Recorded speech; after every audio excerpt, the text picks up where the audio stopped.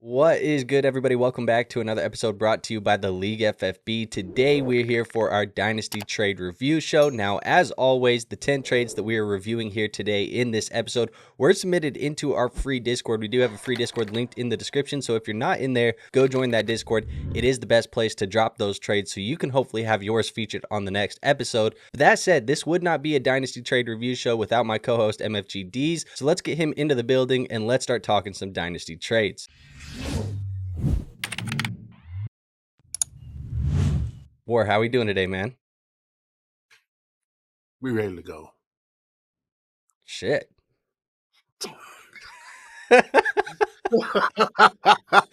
Dude's kind of spooky.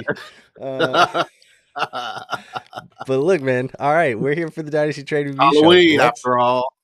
Yeah, not the Halloween episode yet. We got what one more episode maybe before that. Maybe we need to do something funny for the Halloween episode. I don't know. We'll figure it out. We could talk. Let's hop into the trade show though, because we do have the first trade pulled up on the screen. It is a 12-team super flex full PPR 0.75 tight end premium, and team number 1 says I was 3-2. With RJ Harvey as my running back 2. So he trades his 2026 first for Javonte Williams. What do you think about, trading a first for Javonte Williams right now, given how good that Javonte's been playing for the Cowboys? Are you down for this, or are you still hesitant giving first for Javonte? Man, I ain't giving up no damn first for no damn. I don't care if he is my son. I ain't giving up no damn first for no Javonte Williams. You crazy? Are you? Wow. If this is a redraft, okay, obviously if it was redraft, it wouldn't be draft picks. But yeah, man, this just doesn't work, dude. This just doesn't work. Why? I'm like, okay, because Javonte is having a great season. He's having a great season. He is not worth a first. And he could pass second. You might be able to definitely a second. A second feels right. So in this type of situation, if my team is winning, so I'm going to take it from his context. He's 3-2 with RJ Harvey as the running back 2. Okay. In the context of that, it's like, okay, I'm going for it this season because obviously he has to be going for it this season. I'm still like, if I have a second, let me just move the second for Javonte. Or at the very least, get back a second for your first and Javonte. Get Javonte in a second for a first. Like, we're like less than a season removed from Javonte being not so bad that the Broncos got him off the team. Like, you never know. Like, guys like Javonte, Rico Dowdle, guys like that, like, you don't know how long this run is going to last. Like, basically just the guys that play football in Dallas Cowboys running back uniforms. That's basically what you're saying right there. I guess so, man. I guess so. But I'm not moving Javonte for a first, man. That's just a second, okay, because you're winning a second. And even in those circumstances, like if it was a circumstance where your team wasn't contending, I would be hesitant to move a second for Javonte. I understand he's having a great season. That's cool. But like, no, we're not in Javonte revival, like to where we can for sure predict that he's going to be relevant for the next 3 seasons. Like, no. So you're definitely not, it sounds like you're not in on the Javonte Williams being valuable more than like a year or 2 max. Correct. Okay. Yeah, I mean, I don't have an issue with this, honestly. Like, if you are trading for running back production, it's going to be hard, I think, at this point in time to get any type of real production for a second. This is the point of the year where those picks are just a little bit devalued as far as trade value goes, and I think it's because you have to find the teams that are rebuilding. Maybe this team was. This is a good get for Javonte Williams. Like you said, it was a guy that last 6 months ago, people were like, probably Jaden Blue is going to be the starting or running back for this team. So I get your argument of he was worth nothing, but that doesn't mean that he's worth nothing today. I think he's still going to be a player that's going to produce down the stretch. Could you have maybe went and tried to get like a sexier name? Yeah, you could have maybe went and tried to go get a Saquon Barkley. You could have maybe tried to go get, Breece Hall or something like that to try and make this work a little bit better. But honestly, are those players outperforming Javonte at this moment in time? No, they're not. So if you're looking for points, I get it. I'm not saying that I would do it, but I don't think it's a bad trade at all. I think the value's fine, and I think the process for you trying to go and win is fine. Here's my one point that I would make here with the context. You're 3-2 with RJ Harvey as your RB2. To me, that doesn't sound like a push the chips in type of team. And I get you're trying to push the chips in here with Javonte Williams, but if you're 3-2 and Harvey's the next best running back you have, doesn't sound like you have much of running back room. And it sounds like you might have got by a couple of these games, but you're still almost 500. I'd be curious to see what this team looks like a year from now. Because here's the thing. When you push the chips in early, sometimes it gets you in trouble. And this would have been probably a team where I might have given myself a couple more weeks to figure out exactly what I am. Yeah. Now I have a team just like that. I have a team in me and Andrew's league where I pushed the chips to the table and then Joe Burrow got hurt. So it's like, okay, so like, what do I do now with this lost season? So now I'm stuck in a spot where it's like, should I make a move to trade for a quarterback or should I just sit and deal with it? So I kind of just sit and deal with it. But in terms of this deal, yeah, just like with my team in the league that I'm telling you about, 3-2 with RJ Harvey as your running back too sounds like a move where you're trying to go from pretender to contender. And like I said, sometimes that works out, sometimes it doesn't. Like I said, if it was more of a sure shot, if you're 100% sure that Javonte is going to put you over the top, I don't blame you for trading the first. I still wouldn't do it. I still think the right price for Javonte is a second. Hell, if I got to give up a second and a third, I'm doing it. But I just don't like the idea without being a sure thing I'm going to be contending for that championship. So, and Fair plus, enough. I need to see. I would feel much more comfortable if we were already like. Would you say we're at mid-season? We're not mid-season yet. Just a few more weeks, like right up against the trade line. We're at about the midseason point. I mean, your regular season is 14 weeks typically. We're at week 7. Like we're here at the midway point. So you got about 7 more weeks to figure out who those playoff teams are by the time you're really starting those playoff games. Yeah. So I mean, the trade deadline's what? You probably have week 10 to 12 maybe for some people, like 3 to 5 more weeks probably that you're still having trade deadlines open. Yeah, and then who's to say Javonte will even be available closer to your league's trade deadline? So I mean, you definitely went for it, man. I hope it works out because I've seen Javonte underperform for quite some time now. Look, that we're talking hurt people right here, War. So I'm moving on to the next one because it looks like you're hurt people and you've been hurt by hurt people. So it is what it is. Let's go to this trade here.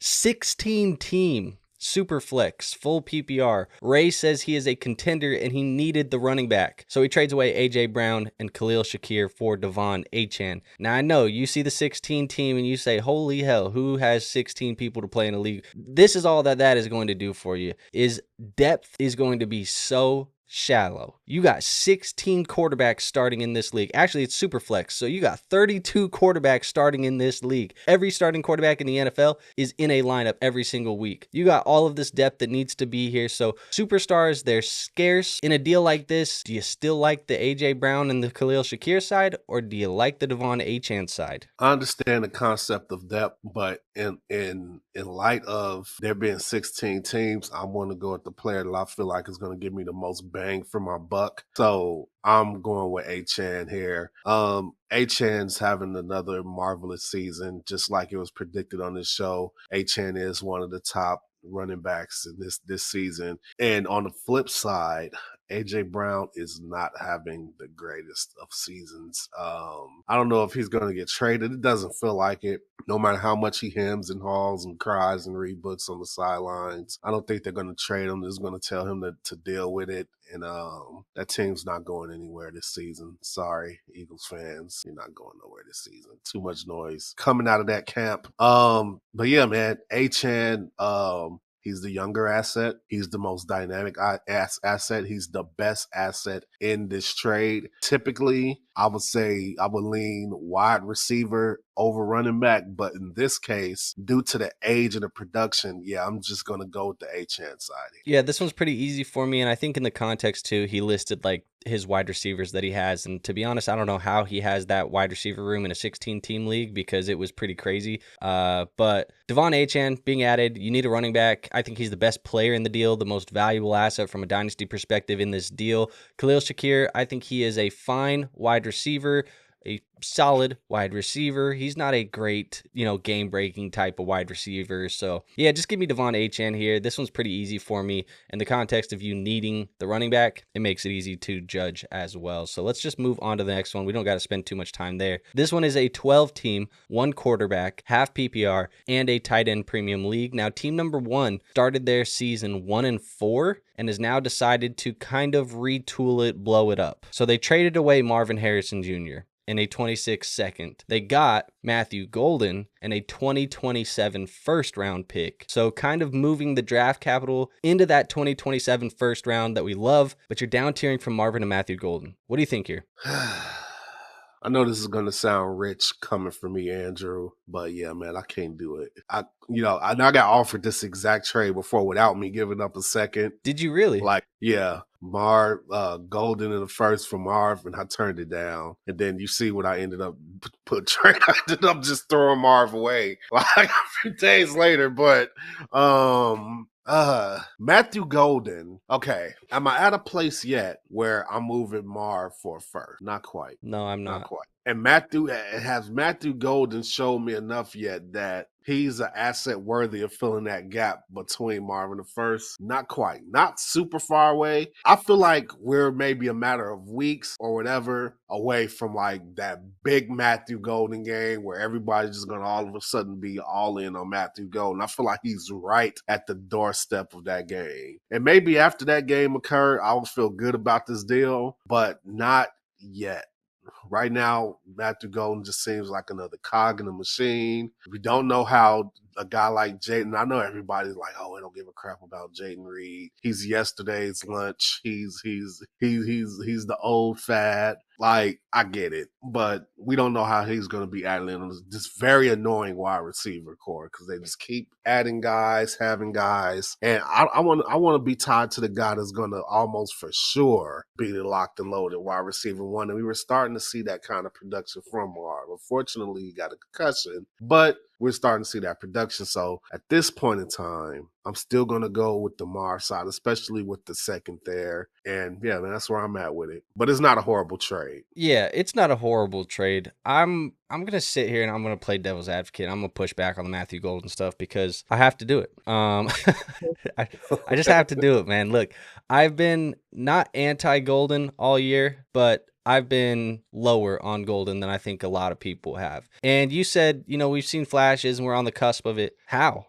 This man has played the worst 2 defenses in the NFL over the last 2 weeks. He played the Dallas Cowboys, who are ranked dead last, and he's played the Cincinnati Bengals last week, who are dead last. And he has a total of 8 catches in those games for 130 yards and no touchdowns. And those are the worst 2 defenses in the NFL. But keep in mind, Jayden Reed is not on the football field either. What have we seen here that has any confidence that Matthew Golden's big breakout is coming right now? I haven't seen anything. We got matchups coming up here against Pittsburgh, against Carolina, who, by the way, is a good defense. Don't let the name of the Carolina Panthers fool you because they've been one of the top defenses against wide receivers. And then he has a fantasy playoff schedule where he plays the Minnesota Vikings, who are number 2 against the wide receiver position, the Chicago Bears, the Denver Broncos, and the Chicago Bears again. We got to see it happen soon, and I've been saying this for a couple of weeks where it's like, Matthew Golden, we need to see the breakout. The opportunity has been handed to you. Jayden Reed is not on the football field. You have to be on the football field right now because there's no other choice to put anybody else out there, and you're still not giving me those big games. You get these flashes with Matthew Golden, and this is what happened at Texas too. And I don't want to poo-poo on the kid too much, but it's like, you would show me flashes at Texas, but it would come in like little tiny little spurts where I'm like, ooh, that was a good play from Golden. Now he's disappeared for a quarter. Ooh, that was another big play from Golden. Disappears the rest of the game. He didn't even perform this week, but the next week he had a decent outing. This is what happens with Matthew Golden. He's like, I don't know, man. And I think the offense is too spread out, too sporadic for him to really get too involved. So anyways, I just wanted to push back there, I think, a little bit with Matthew Golden because I've seen a lot of hype for Golden. People every week in our Q&As, they're like, Andrew, is this the week that I can plug Matthew Golden into my lineup? What are we rushing this for? Why do we want to put Matthew Golden into our lineups when we haven't seen anything yet? Like, let's relax. So I just wanted to push back on that one because you said we're on the cusp of a breakout. I don't know where it's coming. Not to say that it can't come, It's definitely something that is needed from Matthew Golden, and it's possible, but it's just I haven't seen the signs that have pointed towards it yet. Now, Marvin Harrison Jr., look, I'm gonna be the first to tell you too. It has not been sunshines and rainbows. It has not been, Matthew Golden is this bad player and Marvin is this elite player. No, it has not been that, by the way. Marvin Harrison has had such a disappointing year 2 where we thought a year 1 was disappointing. Now year 2 is starting to look disappointing, and we're starting to have different conversations about Marvin Harrison Jr. So is the gap between Marvin and Matthew Golden that big? I still have it decently sized as far as the gap goes, but I think that's based off of college tape from both of these guys, because I didn't love Matthews as much as I liked Marvin's, and so I'm relying on that because we haven't seen much from either of these guys at the pro level. However, I will say I think we've seen a little bit more. Part of it is due to amount of time in the pros from Marvin Harrison Jr. So then you get the 27 first and the 26 second. Obviously, we don't need to have a discussion about that. That is light years different in value from the 26 second round and the 27 first round. It's a solid trade, a decent trade. It is a half PPR league. If you are 1-4 though, I like you trying to go get that 27 first. A 1-4 team, I'm not selling out on Marvin at this point in time. The bottom has fallen out a little bit. You're sitting here on an asset that's undervalued as is. This is a move where it indicates you have given up on Marvin Harrison Jr. Marvin Harrison will not be the guy at all by any capacity for the Arizona Cardinals. This is the kind of deal that I think shows that. So, does 1-4 is 1-4 in your opinion too early to start thinking about giving up on your season?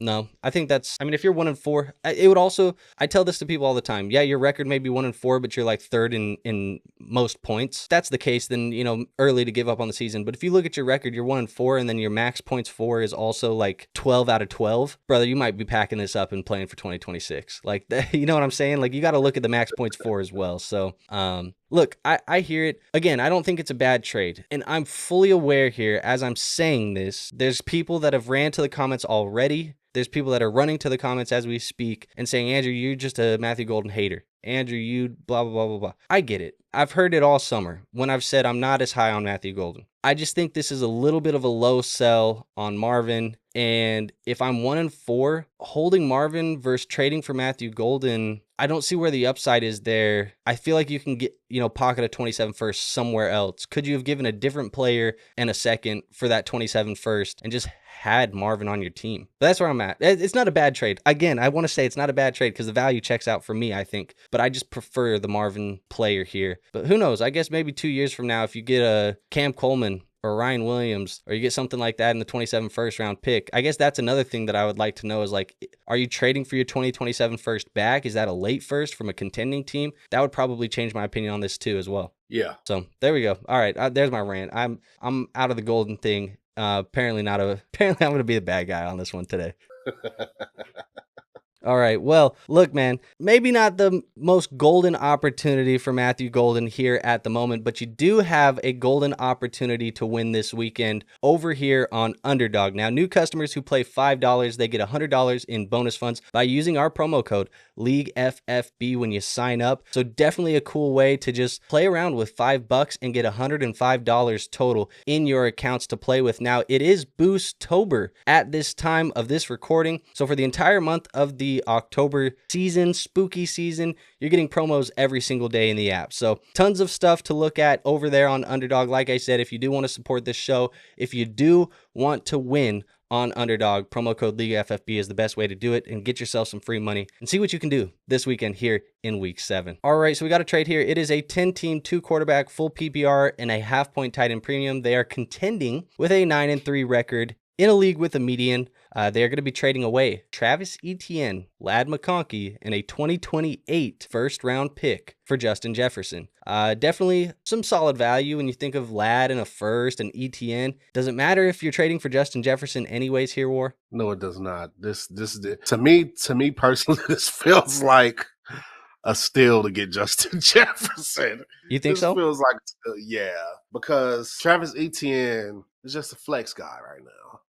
And since this is the second season in a row where you're seeing this version of Travis Etienne, I'm pretty damn sure that you're not going to see the Travis Etienne from a couple seasons ago again. Lad McConkey, and I know you'll defend him. And I'm not going to say, look, I'm not going to have to play devil's advocate like you did on Golden. I'm not going to have to do it. I do, however, think that the Chargers this season were just like, all right, lad, we're going to go ahead and take a back seat this season and let Keenan get some of his shine in there, because they definitely gave some of Lad's shine to Keenan. So I do think that we'll have a return of value for Lad. I do think that Lad is a great buy low candidate.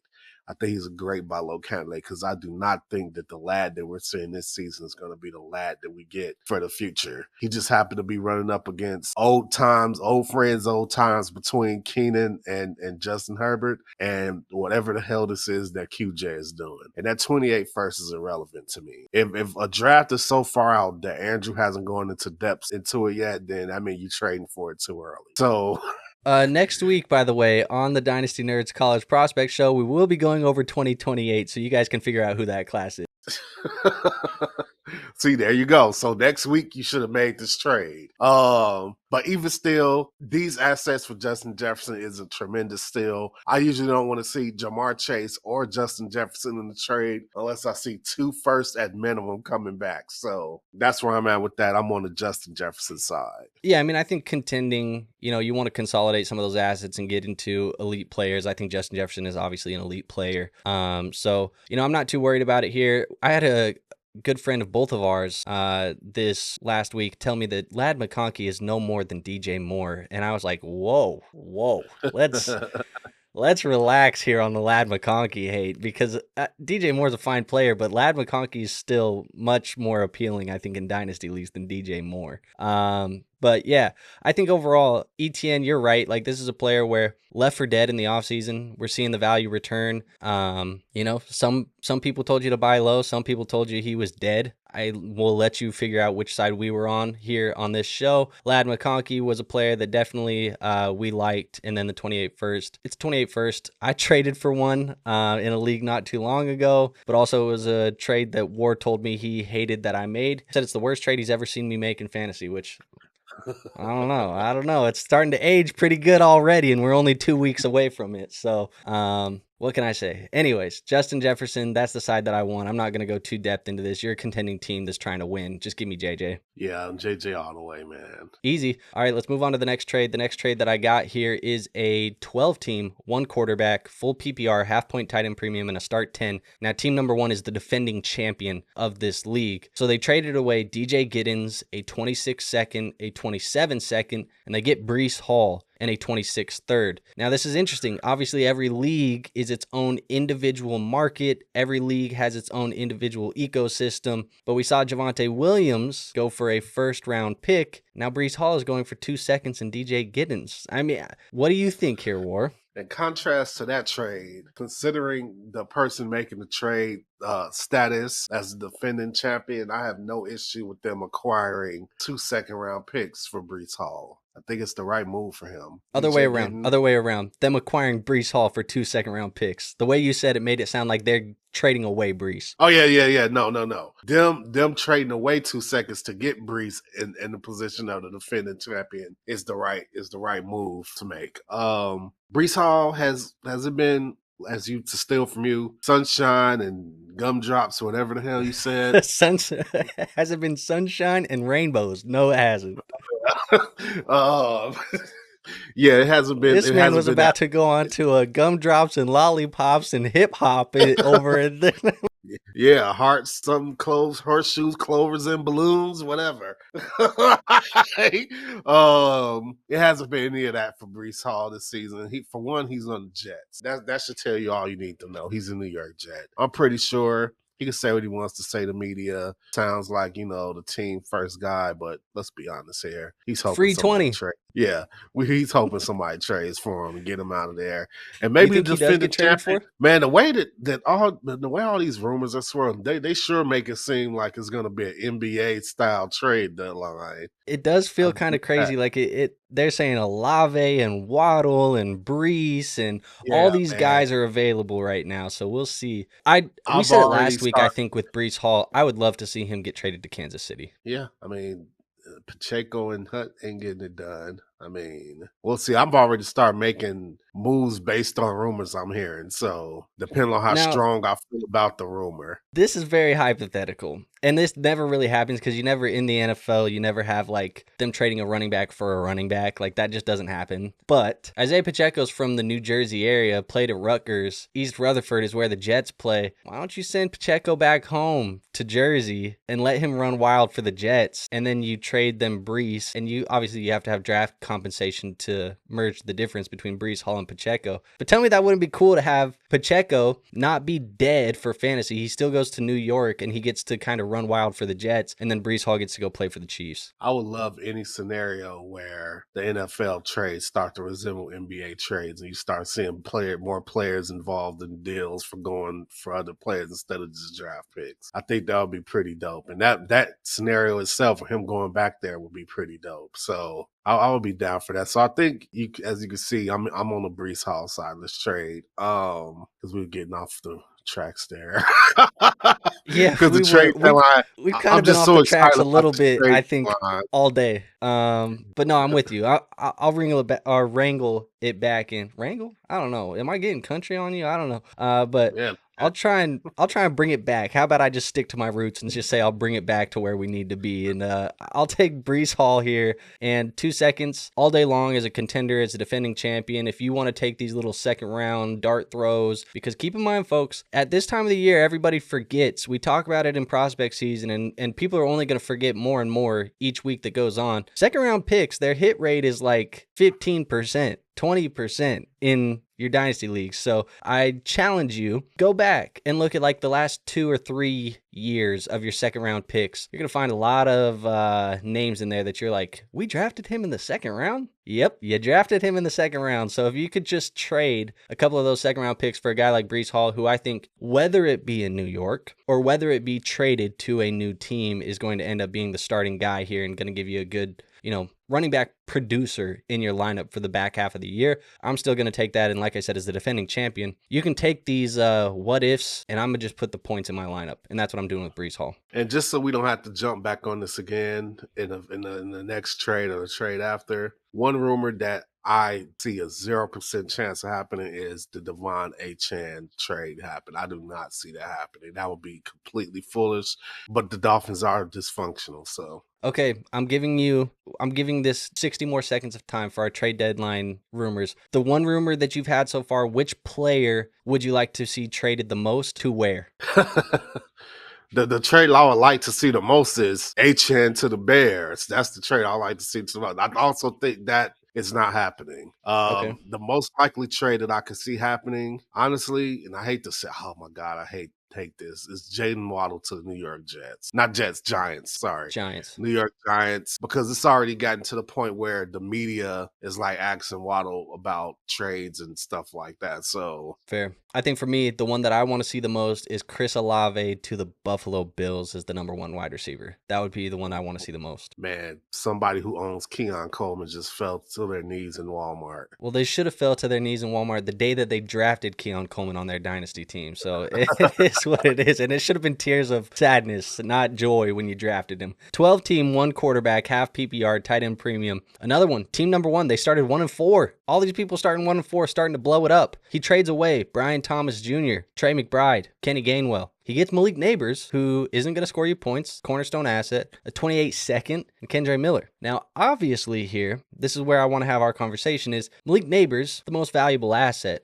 But you're not giving away unvaluable assets with BTJ and Trey McBride here. Did you get enough back, or did you kind of pay a premium to shave points off the roster? Pay the premium to shave points off the roster. That's crazy to me, man. You could argue that Trey McBride is almost similar value to Malik Nabers. It's tight end premium. In a tight end premium, yeah. I mean, now, with the injury dip accounted in the value, absolutely. I think you and I both would prefer Nabers long term, but I hear your argument. Yeah, and then BTJ is starting to click a little bit too. So it's not even like, yeah, man, you get right idea, wrong players. Right idea, wrong players. Yeah, man. The more I look at it, and I'm someone who acquired Nabers off the injury. Well, no, before the injury. So I paid a legitimate price for him. But yeah, this is too much, man. This is too much. Yeah, Those two guys I'm outproduce Malik when he's healthy, more than likely. Yeah, I'm with you. Feels like a lot. Feels like a lot. And I get it. There's strategy based stuff here where you're like, I'm shaving points. I'm getting a player where I'm 1-4. I'm probably not winning this year. I'm going to try and get my number 1 overall draft pick, drafted Jordan Tyson or Jeremiah Love or whatever it may be, the top QB1 in this class. Actually, it's 1 QB, so you're not going to have a super flex quarterback there. So you're going to take Jeremiah Love or something like that. I get it. The strategy is involved, but you're overpaying here. And I get it. Brian Thomas's name value has been down. And I think with people, depending on the league that you play in, I talked about it, different ecosystem, different market, depending on your league. Some leagues, Brian Thomas's value might be dirt cheap. And I'll be honest, I've had some egregious Brian Thomas offers hit my inbox this year in one of my leagues where I have BTJ. It's the only league where I have BTJ. And people have been offering me bullshit for Brian Thomas Jr. I'm telling you, I'd open it. What the hell? Hit the decline button. Don't even give this time of day. So I understand you're probably selling low. You know what that tells me though? Don't sell Brian Thomas Jr. Just because the market tells you his price is one thing doesn't mean that you have to accept that the price is one thing. Now that's a game that we play here in the trade market at times. You're hoping to buy low on players. I believe this player should be here, but his market value is here. So I'm going to buy him there today and then hopefully reap the reward of him hitting the expectations that I believe. It works reverse. I think this player is here. The market thinks he's here. So I'm either going to buy him, or if I have him on my roster, I'm going to sit here and hold and let the market readjust back to where it should be when things get right for the player. So I am not trading away Brian Thomas Jr. Now, if you can trade away BTJ in a rebuild straight up for Malik Nabers, absolutely. We got off track here where it was Trey McBride being thrown into a deal where you have a second in 2028 and Kendre Miller coming back. That is where we get off the track here, and that's not where I want to be, especially in a tight end premium league. So yeah, man, I mean, I'm not a big fan of the deal. I understand the strategy involved, but the value, if you're telling me, Andrew, you got to pick the side of the deal that you like the most today with the context that you have, just let me keep Trey McBride and Brian Thomas Jr., and I'm just going to have that. I think if you got a first round pick in 2027, we're talking about this is a pretty okay trade. This trade is right up there with my Jackson Dart trade. It's almost a carbon copy of when you give up a high value asset. When you make a trade where the asset you're acquiring and the asset you're giving up are already about equal, but then you just throw in a premium asset on top of it, just say, let me get this shit done.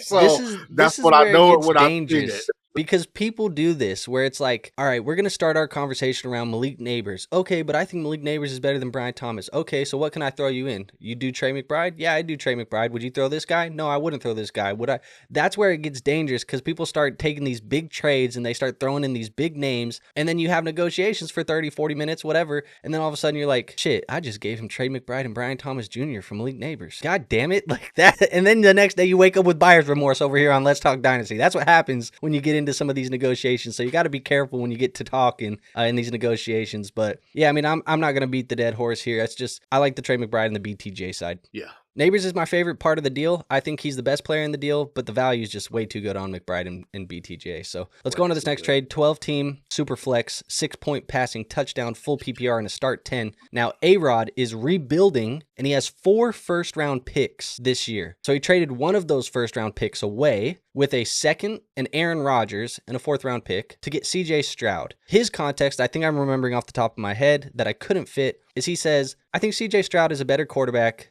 than most of the quarterbacks, if not all of the quarterbacks in 2026. I get it hasn't been sunshine and rainbows for CJ Stroud, but I still like him better than the quarterbacks this year. So I'm just going to trade one of those first round picks and an aging guy like Aaron Rodgers, and I'll use the remaining first round picks on running backs and wide receivers, and I'll fix my quarterback situation now with CJ Stroud. So given that, what do you think about it, War? If he also has, and I know he didn't put this in his context, it's if he's also in a state of mind where he's like, okay, and if CJ Stroud is still mid in 26, in 27, I'll go back to trying to acquire quarterback via the draft. Then I'm like, okay, that's fine.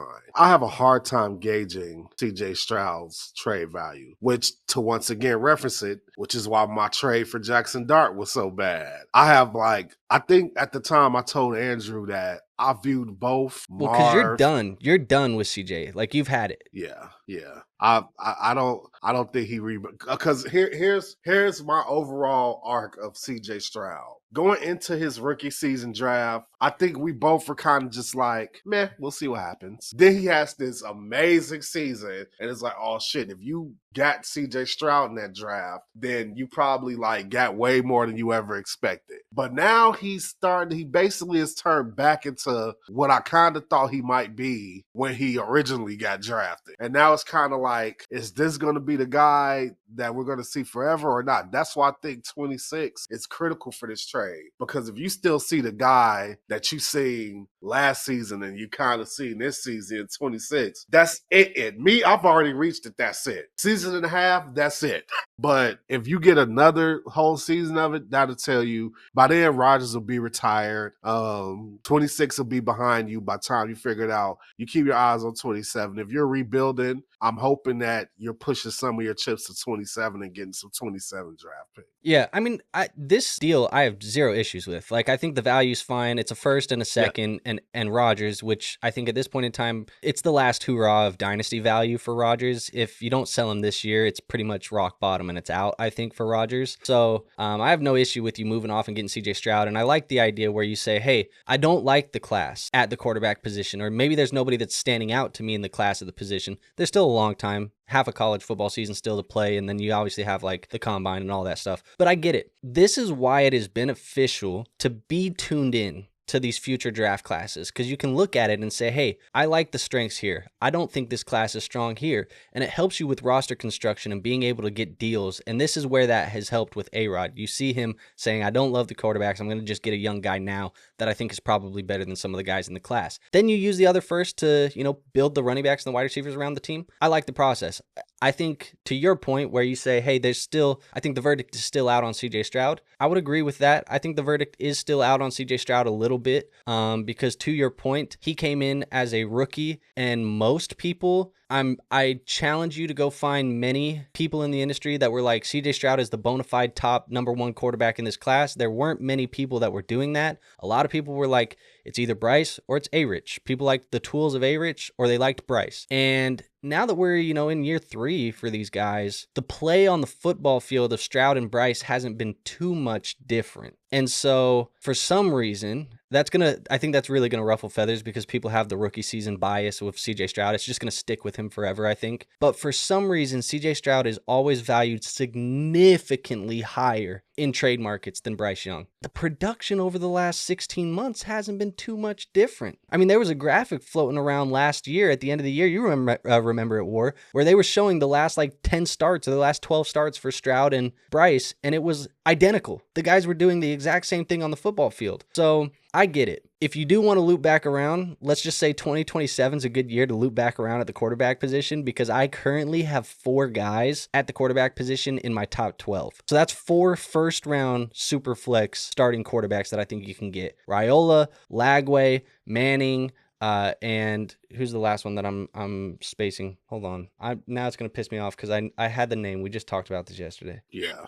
Julian Sand from OSU. I think he's a solid. He could end up being QB1. It's between him and Raiola right now for me. But Raiola, Sand, Manning, Lagway, those are like the guys that I like right now going into 2027. Obviously, there's a year and a half to get to that point, so lots of stuff will change. But it's a good class to go back in if you want to re-dip the quarterback position and fix the CJ Stroud thing. But I don't know if you're going to need to do it. I think here's the thing with CJ, man. I think he's going to be a good, not elite quarterback for fantasy for a long time, and that's not bad. But I think there's a lot of people that still believe he is elite or can be elite. And that's where I'm lower on him. And it always feels like I'm hating on him because he can be traded for in a trade market for much more than I think he actually is going to produce. But I think he's going to be a starting quarterback for the Texans for a long time. I don't think they're going to go back and get another guy for outside of CJ. Like, I think he's done enough that he's going to be their guy. I agree with that. So anyways, I think this is a fine deal. I have no issues with that. But let's move on to this next trade here. 12-team Superflex, half PPR, start 9. Now,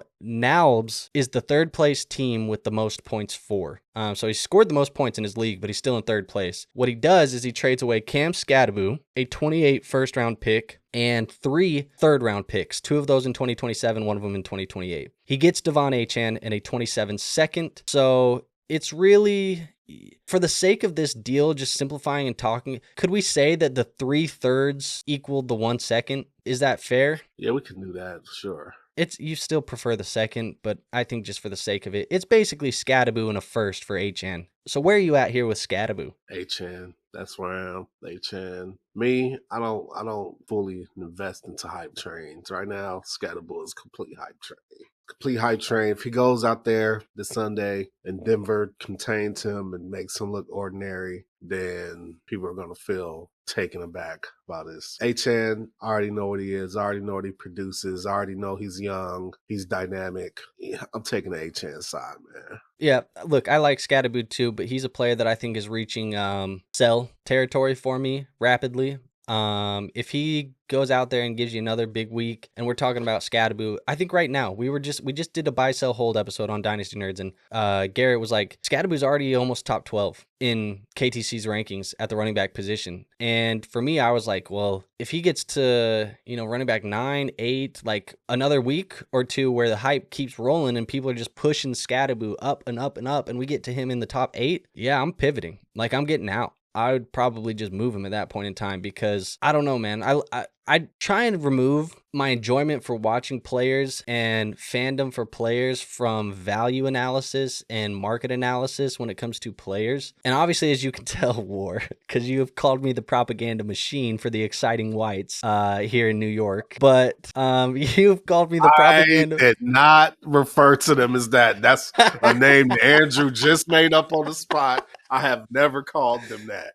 Well, he did call me the propaganda machine. I have been, putting the propaganda for the exciting whites of Cam Skattebo and Jackson Dart. And it's been fun, man. I love watching these guys. And for the people at home who don't know, I'm right here in the Jersey area. So it's Giants and Jets central for me. And I'll tell you what, nobody's talking the Jets. Everybody is talking Jackson Dart and Cam Skattebo. The propaganda machine is probably hitting me even harder than I'm hitting you guys with the propaganda machine for Dart and Skattebo. But when it comes to value, sometimes I would rather be out early, and I know his career just started, but the hype train has got crazy. You get what I'm saying here, man? I'm trying to do this without like getting the Skattebros all up in their feelings, but at the end of the day, sometimes you got to just get to the point where it's like, hey, his value is higher than I thought it would be, and I'm out. Yeah, man, especially if you can get back a guy like Achane or a player that for sure is dynamic. Sometimes the hype exceeds the value and you could take advantage of it. And that's what our guy here did. Dude, I saw somebody the other day, they said I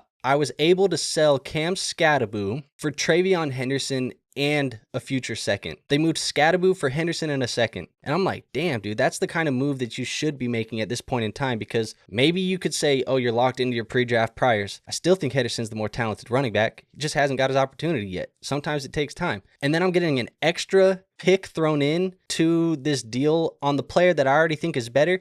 And oh, by the way, Cam Skattebo was a second-round pick himself, so I get a chance to just find another Skattebo down the road or trade this second-round pick. Like, that's the types of move you should be making, I think. So, yeah, I mean, I'm going to take the Achane side here, but Skattebo, love the player. I think he's an exciting white for sure. But Sometimes you got to sell, man. Yeah, man. And I traded Skattebo in the offseason. I still don't feel bad for my trading him and Tyrone Tracy for Quinshawn Judkins, because I think long term I like Quinshawn Judkins more than Skattebo still. So yeah, and that was a good buy because that was when Judkins was never going to play football again. So there we are. Let's go on to this next trade here. We do have a 12-team Superflex, half PPR, and tight end premium. IB2K is a contending roster, and you have the return. The return of Rashee Rice, who is going to be received in this deal with Trey McBride. It cost you Bryant Thomas Jr., a 26 first, a 27 second, Evan Engram, and Torrey Horton. I'll be honest here, War. Does this not feel like lighter compensation to the previous deal with Malik Nabers, where we had Trey McBride and Brian Thomas in a deal, but you're getting even more value coming back on the other side? I don't know. This feels... let's not even reference that deal. We already gave that guy shit. I apologize, buddy. But let's go to this. What do you think of this deal? Okay, what do you think? I am so high on Rashee Rice. Like, you know this. You know this. I really do think, especially with Puka hurt, Rashee Rice rest of season, top five rest of season. And I don't know if I want to slide. He can slide anywhere between 3 and 5. So he could be 3, 4, or 5.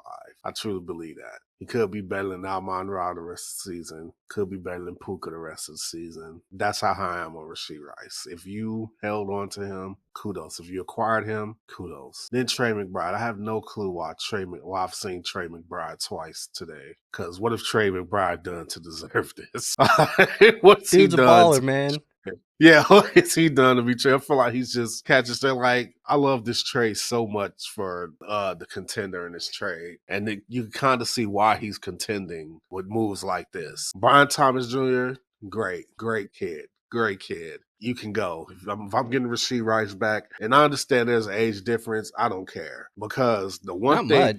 It's not much of an age difference. It feels like it though, huh? Even though it's not in reality. But here's the one thing I've learned by Rashee Rice not being on Kansas City. If Kansas City didn't already have a tremendous amount of appreciation for Rashee Rice pre-injury, they have a tremendous amount of appreciation for him now. Because it definitely is you don't know how good you got it until he's gone type of situation. And I think that's how they're going to treat him going forward as soon as he comes back this Sunday. Like, I think this guy is going to nuke the value of Travis Kelce and Xavier Worthy, but not nuke Xavier Worthy's value to the point that some people are treating it where they think that Xavier Worthy is just worth like Christian Kirk and some other like we've seen some ridiculous like hating of Xavier Worthy. The man is still going to have a role in the offense once Rashee comes back. I've had people in some of the Q&As ask me like, should I drop Xavier Worthy now that Rashee Rice is back?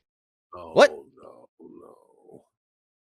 That's insane. Should you drop Rashid Shaheed because Chris Olave is there? Like what are we doing here? Like, come on, guys. Let's just think for a second. I've had one of our league mates, and I'm not gonna put his name out there because he already gives me enough shit. I had one of our league mates. I sent him a deal, right? So keep in mind. I say Andrew, because Andrew's not in this. I'm like, Andrew, what do you think about this deal? And Andrew's like, yeah, man, you should have got out on Travis Kelce a couple weeks ago.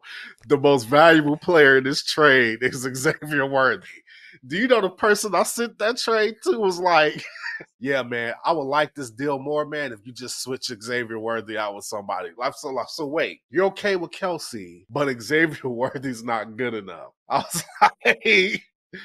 Do you want me to put in Christian Kirk instead? Or like, where you at on Xavier? Ultimately, he came to his senses, but it was just like, I'll take the best player in this trade off if you want me to.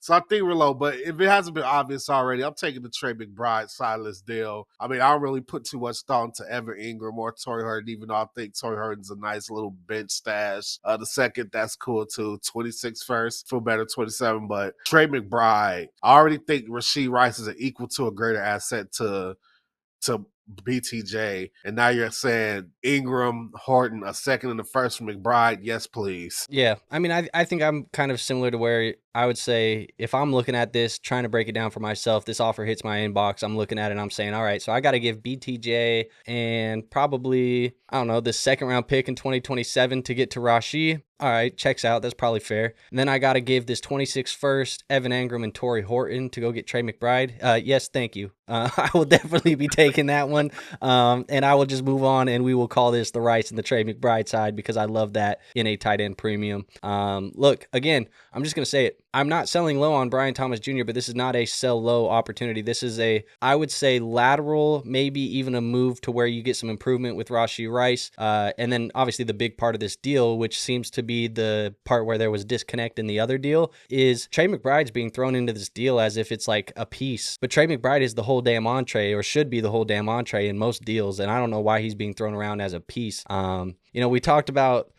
nicknames this weekend that we've had on the show. I'm going to challenge people in here. What are some nicknames we have said for players that we are forgetting? Because put it in the comments down below. We've talked about Ladarius McConkey. We talked about Peekaboo Dylan. Apparently the Cardinals call Trey McBride Traquan when he hits the football field. But I don't know, man. We're talking about these exciting whites. I guess Traquan's one of them. Ladarius is one of them. Jackson Dart, Skattebo. I don't know. I'm trying to think of the nicknames. I don't have many of them, but can't think of anything else. But anyways, if you know a nickname that we've called a player, there's something that we've said in reference to players that you guys are like, yeah, I remember that, and that was like a Let's Talk Dynasty moment. Put it in the comments. But for sake of time, let's move on to the next one because we're at an hour, and I think we got one more, maybe two more still to go. So we'll try and speed through these a little bit. 10 teams, super flex, PPR, no tight end premium, and start 10. Trenton is a contending team. So he trades away Jordan Love, Matthew Golden, a 26 first, a 27 first, and Davante Adams. He gets Josh Allen, George Kittle, Josh Downs, and a 26 second. So lots of value, I think, on both sides. Obviously, he's consolidating those first and Love and all of these players into an upgrade at Josh Allen. But how do you feel about it? Okay. Let me break this down let me try to break it down. I could say start with the big piece. Josh Allen equals what on this side? Jordan Love and what? See, I want to do the opposite because I think I could eliminate those small pieces even easier because I got a pretty good idea about Josh Allen. Kittle and Adams, I think that's a wash. I don't know if you agree. I think that's a wash. Maybe Kittle has a little bit more value. It is a no tight end premium. So, you know, without the tight end premium, I could hear it. Okay. Josh Downs in a second for Matthew Golden. So then it goes down to my original thought of Josh Allen for Jordan Love in 2 first. I'm sorry, man. You know, I'm a huge Josh Allen fan, man. I'm still taking Josh Allen. I was going to say, the value doesn't sound horrible when you say it like that. It doesn't. But now I'm taking preference over, since I feel like that's an even trade. Now it comes down to who do I like more. And I like Josh Allen a lot more than Jordan Love. So that's where I would go with it on my end. Yeah, I kind of agree with you there, where it's also when you said Kittle and Adams, I kind of leaned the Kittle side too. I was like, I think Kittle's maybe a little bit more valuable. So I kind of already leaned there. And obviously, you know, Josh Allen is just, we don't gotta say too much about Josh Allen, man. In a 10-team league, your studs are going to be even more important than a 12-man league or a 14-man league. So consolidating that depth and getting those elite guys to keep plugging into your lineup just to give you a little bit of an edge, because the benches and the teams in general are just a little bit more shallow. I'll consolidate that and go get Josh Allen. You're a contending team, so you're assuming that the first and the 2 firsts in 2026 and 27 are late. I have no issues here. I think Josh Allen's the best player in the deal, probably followed by Jordan Love. But yeah, I think there's enough here to make me lean the Allen side. This is a good trade, though. This is a good trade for fair value, but I just want Josh Allen. Yeah, same. And it shouldn't be a surprise that I want Josh Allen either. But hey, what do you know? That is actually the last trade. So we are done. Not too long. We're at an hour and 2 recording. I'm going to edit this down. We'll chop 6 or 7 minutes out of this thing. But look, man, that is it for today. So as always, if you guys do enjoy the content, you like these trade shows, I know you guys do. You guys always tell us how much you love them. Last night in the Q&A, people were, Andrew, do we get a trade show tomorrow? How did you and War start making trade videos together? Andrew, when are we getting the trade show? That was happening last night in the Q&A. So people, the trade show never is going to waver. It is every single Saturday. It's going to be right here in your inbox. So if you enjoy them, show us some love, man. Hit that like button, comment down in the comments down below. Help us, just show love on the content. I know you guys love it. Show us. We love to see that. And also make sure you go hit the subscribe button as well. Join the free Discord. We do have a free Discord linked in the description. That's where you submit these trades. So you got to be in there to do that. And I have really nothing else there. Ward, do you have anything for the people before we get on out? Yeah, check us out on the Crimson Mass Show YouTube channel when we talk about pro wrestling. That channel is just getting started. The other channel, good to go. We're going to let that channel keep building up, but the channel that we need to show support on is the Crimson Mass Show. Come check us out. Hell yeah. Show them some love, guys. Like I said, nothing else for you guys today. So I will see you tomorrow morning, bright and early before the London game for a lineup Q&A, start sit Q&A. We got you covered. But all that being said, folks, nothing else for you. We'll see you next time. Peace out.